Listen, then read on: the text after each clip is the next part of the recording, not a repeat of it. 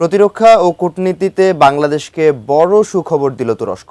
আঙ্কারায় অনুষ্ঠিত দুই দেশের পররাষ্ট্রমন্ত্রী পর্যায়ের বৈঠকে সমরাস্ত্র উৎপাদন ও প্রতিরক্ষা সক্ষমতা বৃদ্ধিতে একসাথে কাজ করার বিষয়ে গুরুত্বপূর্ণ আলোচনা হয়েছে, যা দেশের জাতীয় নিরাপত্তার জন্য এক বড় মাইলফলক হিসেবে দেখা হচ্ছে।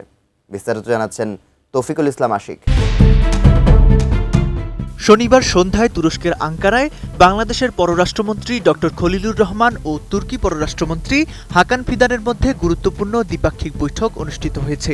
বৈঠকে প্রতিরক্ষা খাতে সহযোগিতা নিয়ে গুরুত্বপূর্ণ আলোচনা হয়। কেবল সমরাস্ত্র কেনা নয়, বরং বাংলাদেশে সমরাস্ত্র উৎপাদন ও প্রতিরক্ষা সক্ষমতা বৃদ্ধিতে সরাসরি কারিগরি ও কৌশলগত সহায়তা দেবে তুরস্ক। হাই প্রোফাইল এই বৈঠকে প্রধানমন্ত্রী তারেক রহমানের পররাষ্ট্র উপদেষ্টা হুমায়ুন কবিরও উপস্থিত ছিলেন।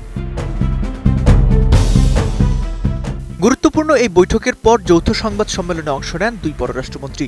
তুর্কি পররাষ্ট্রমন্ত্রী হাকান ফিদান দ্বিপক্ষীয় ও বহুপক্ষীয় ক্ষেত্রে বাংলাদেশের সঙ্গে বন্ধুত্বপূর্ণ ও ভ্রাতৃত্বপূর্ণ সম্পর্ক বজায় রাখার প্রতিশ্রুতি পুনর্ব্যক্ত করেন। বৈঠকে সমরাস্ত্রের পাশাপাশি জ্বালানি, বাণিজ্য, শিক্ষা ও স্বাস্থ্য খাতেও বিনিয়োগ বাড়াতে আগ্রহ দেখিয়েছে আঙ্কারা। এছাড়া বাংলাদেশ থেকে তুরস্কে দক্ষ মানব সম্পদ রপ্তানি সম্প্রসারণের বিষয়েও ইতিবাচক আলোচনা হয়।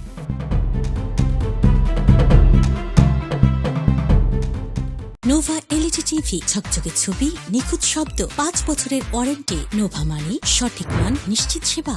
কূটনৈতিক সম্পর্ককে আরও প্রাতিষ্ঠানিক রূপ দিতে এই সফরে একটি গুরুত্বপূর্ণ সমঝোতা স্মারক স্বাক্ষরিত হয়েছে। তুরস্কের কূটনীতি একাডেমি এবং বাংলাদেশ ফরেন সার্ভিস একাডেমির মধ্যে এই চুক্তির ফলে দুই দেশের কূটনীতিকদের প্রশিক্ষণ ও সক্ষমতা বৃদ্ধিতে সরাসরি সহযোগিতার পথ খুলে গেল।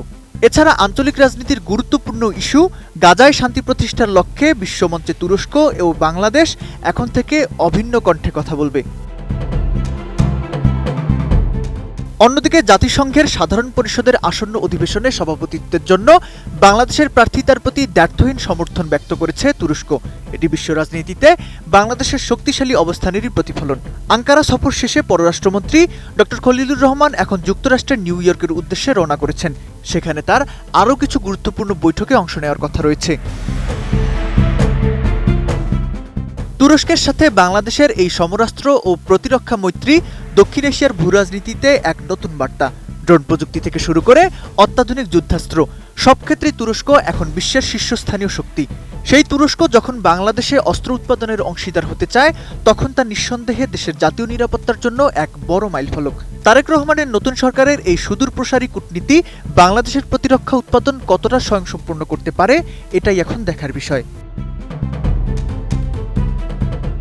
তৌফিকুল ইসলাম আশিক, এটিএন নিউজ।